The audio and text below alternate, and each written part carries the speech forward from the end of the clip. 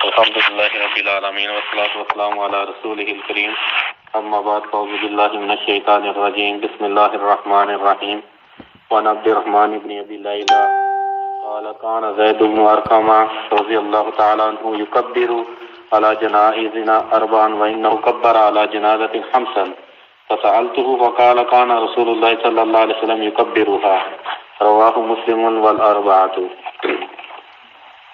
آج کے درس کے اندر جو ہے دو چیزیں بیان ہوں گی، ایک یہ کہ نماز جنازہ میں تکبیرات کا بیان کہ تکبیرات کتنی ہیں، اور دوسری چیز یہ کہ نماز جنازہ میں سورۃ الفاتحہ پڑھنے کا کیا حکم ہے۔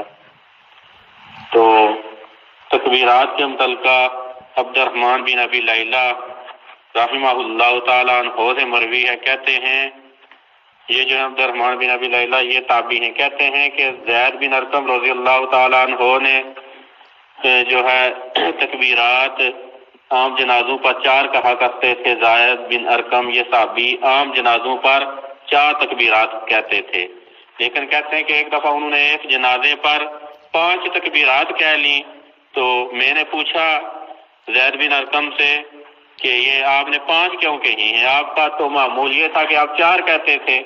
تو زید بن ارقم کہنے لگے کہ رسول اللہ صلی اللہ علیہ وسلم نے ایسا کیا تھا، یعنی کہ نبی صلی اللہ علیہ وسلم نے اس طرح تکبیرات کہی تھیں، یعنی کہ 5 تکبیرات نبی صلی اللہ علیہ وسلم نے کہی تھی۔ یہ روایت جو ہے مسلم کے اندر ہے، اور اسی طرح سنن ابی داؤد، ابن ماجہ، ترمذی، نسائی کے اندر روایت آتی ہے۔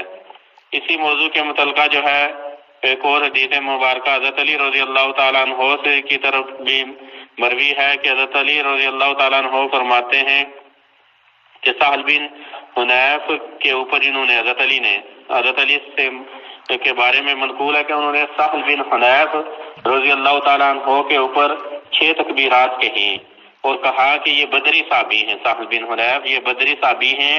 حضرت علی کہنے لگے اس لیے میں نے 6 تکبیرات کہی ہیں۔ یہ روایت جو ہے سعید بن منصور نے نقل کی ہے، اور اس کی اصل حافظ ابن حجر کہتے ہیں کہ بخاری کے اندر ہے۔ تو نماز جنازہ میں تکبیرات معمول تو یہی ہے کہ 4 کہی جاتی ہیں۔ شیخ جو ہیں صالح بن فوزان رحمہ حافظہ اللہ تعالیٰ عنہ وہ تو کہتے ہیں کہ اجماع ہو گیا ہے کہ 4 تکبیرات کہی جائیں گی، حالانکہ کئی صحابہ سے 4 سے زیادہ 5 تکبیرات 6 تکبیرات بھی ثابت ہیں کہ انہوں نے تکبیرات کہی ہیں۔ تو یہ معاملہ وسعت والا ہے کہ جنازے پر 4 سے زیادہ بھی 5 6 اور اسی طرح بعض کے اندر 7 بھی ہیں تکبیرات کہی جا سکتی ہیں، یعنی کہ 4 سے زیادہ، لیکن معمول یہ 4 ہی ہے۔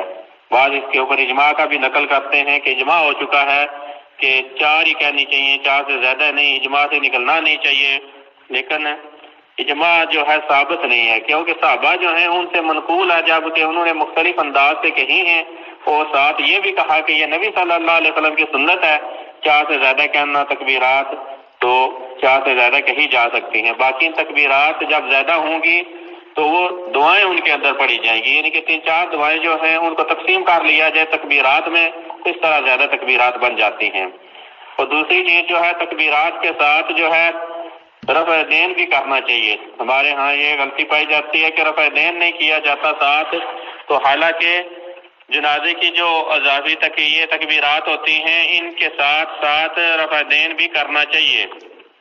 حضرت عبداللہ بن عمر رضی اللہ تعالی عنہ کی طرف منقول ہے کہ وہ ہر تکبیر کے ساتھ جنازے کے اوپر رفع دین کرتے، جب آپ رکوع 2 رکعتوں کے بعد اٹھتے تو تب بھی رفع دین کرتے، یعنی کہ نماز میں جب 2 رکعت پڑھنے کے بعد تیسری کے لیے اٹھتے تب بھی رفع دین کرتے، اور جنازے میں ہر تکبیرات کے ساتھ رفع دین کرتے تھے، یہ سیدنا عبداللہ بن عمر رضی اللہ تعالی عنہما۔ اور یہ روایت جو ہے امام بخاری نے اپنی کتاب جو ہے جز رفع الیدین اس کے اندر نقل کی ہے۔ تو تکبیرات کے ساتھ رفع دین بھی کرنا چاہیے، جنازے کی جو تکبیرات ہیں ان کے ساتھ رفع الیدین بھی ہونا چاہیے۔ دوسری چیز جو ہے آج کے درس کے اندر یہ ہے کہ سورۃ الفاتحہ کا پڑھنا، یعنی کہ جب تکبیر کہہ لی تو اس کے بعد سورۃ الفاتحہ پڑھنی ہے۔ تو حضرت جابر رضی اللہ تعالیٰ عنہ سے روایت کہتے ہیں کہ رسول اللہ صلی اللہ علیہ وسلم ہمارے جنازوں پر کیا تکبیرات کرتے اور سورۃ الفاتحہ کو پہلی تکبیر میں پڑھا کرتے تھے. کیا تکبیرات کہتے تو سورۃ الفاتحہ پہلی تکبیر میں اللہ کے نبی صلی اللہ علیہ وسلم پڑھا کرتے تھے. یہ روایت جو ہے امام شافعی نے نقل کی ہے. ابن حجر کہتے ہیں باسناد ضعیف، وہی سند کے ساتھ امام شافعی نے اپنے مسند کے اندر نقل کی ہے. تو اس سند کے اندر عبداللہ بن محمد بن عقیل راوی جو ہے یہ ضعیف ہے، جس کی وجہ سے یہ جو امام شافعی والی روایت جو ہے سورۃ الفاتحہ پڑھنے کے متعلقہ، یہ روایت جو ہے سن ضعیف ہے، لیکن اس مسئلے کے متعلقہ صحیح حدیثیں بھی موجود ہیں.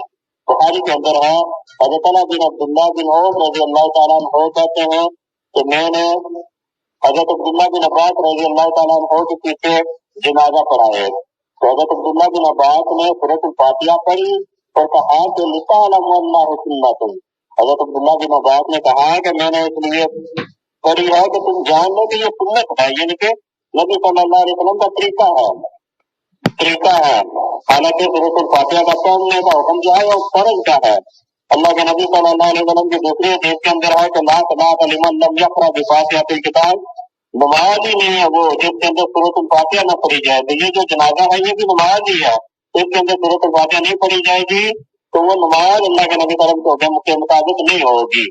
باقی یہ جو روایت ہے کہ حضرت عبداللہ بن عباس رضی اللہ تعالیٰ عنہما نے یہ سورۃ الفاتحہ پڑھی، یہ تفصیلی روایت ہے. انہوں نے نسائی کے اندر بھی آتی ہے. انہوں نے نسائی میں اضافہ ہے کہ طلحہ بن عبداللہ بن عوف کہتے ہیں کہ میں نے حضرت عبداللہ بن عباس کے پیچھے جنازہ پڑھا تو حضرت عبداللہ بن عباس نے سورۃ الفاتحہ پڑھی اور ایک اور سورت پڑھی، یعنی کہ سورۃ الفاتحہ کے ساتھ ایک اور سورت پڑھی. وجہ کہتے ہیں کہ بلند آواز میں پڑھی، حتیٰ کہ ہمیں سنایا، یعنی کہ بلند آواز میں پڑھ کے سنایا. بلند آواز میں سورۃ الفاتحہ پڑھی، بلند آواز میں جو ہے دوسری سورۃ الملائکۃ. کہتے ہیں کہ جب فارغ ہوئے تو میں نے حضرت عبداللہ بن عباس کا ہاتھ پکڑ لیا. یہ کہتے ہیں طلحہ بن عبداللہ جب فارغ ہوئے حضرت عبداللہ بن عباس تو میں نے حضرت عبداللہ بن عباس کا ہاتھ پکڑ لیا. تو میں نے ان سے پوچھا کہ یہ کیا ہے، یعنی کہ تم نے یہ سورۃ الفاتحہ پڑھی اور پڑھی بھی بلند آواز میں ہے. تو حضرت عبداللہ بن عباس نے کہا کہ سنت وحق کو یہ جو ہے سورۃ الفاتحہ پڑھنا یہ نبی صلی اللہ علیہ وسلم کا طریقہ بھی ہے اور یہ برحق چیز ہے کہ سورۃ الفاتحہ جو ہے جنازہ کے اندر پڑھی جائے گی. تو سورۃ الفاتحہ کا جنازہ کے اندر پڑھنے کا حکم یہ ہے لازم ہونے کا. لیکن اخلاق جو ہے وہ کہتے ہیں کہ یہ مکروہ ہے. حالانکہ مکروہ چیز نہیں ہے بلکہ یہ لازمی ہے کہ سورۃ الفاتحہ پڑھی جائے. نہیں پڑھی جائے گی تو جنازہ نہیں ہے. جنازہ نہیں ہے کیونکہ نبی صلی اللہ علیہ وسلم نے فرمایا کہ وہ نماز نہیں جس کے اندر سورۃ الفاتحہ نہیں پڑھی جائے گی. باقی جو ہے آپ دیکھتے ہیں کہ تکبیرات کے فوراً بعد سورۃ الفاتحہ کی روایات آ گئی تھی. درمیان میں کوئی سنا وغیرہ اور اسی طرح اللہ مبارک جس طرح ہم باقی نمازوں کے اندر پڑھتے ہیں اس کے متعلقہ تو اختلافات کہتے ہیں جی کہ سورۃ الفاتحہ کے پہلے سنا وغیرہ پڑھنی چاہیے. حالانکہ کسی حدیث کے اندر سنا پڑھنے کے بارے میں ثبوت نہیں ہے کہ نبی صلی اللہ علیہ وسلم نے صحابہ نے پڑھی ہو سنا. وہ کہتے ہیں کہ باقی نمازوں میں پڑھا جاتا ہے لہٰذا قیاس کریں گے باقی نمازوں کا جنازے کو. تو لہٰذا یہ اصولی باتیں ہیں کہ قیاس نہیں ہو سکتا. عبادات میں وہ چیز معتبر ہوتی ہے جو منقول ہو، جس کے بارے میں کوئی ثبوت ہو، کوئی دلیل ہو. اگر نہیں دلیل تو نہیں کیا جائے گا کام. اگر سماج کی دلیل نہیں ہے تو سورۃ الفاتحہ کے ساتھ یعنی کہ تعوذ و تسمیہ پڑھنے کے بعد سورۃ الفاتحہ کے ساتھ نماز جنازہ شروع کیا جائے گا. شروع میں جو ہے سلام وغیرہ نہیں پڑھی جائے گی. راجی یہی بات ہے جو کہتے ہیں کہ باقی نمازوں پر قیاس کیا جائے گا.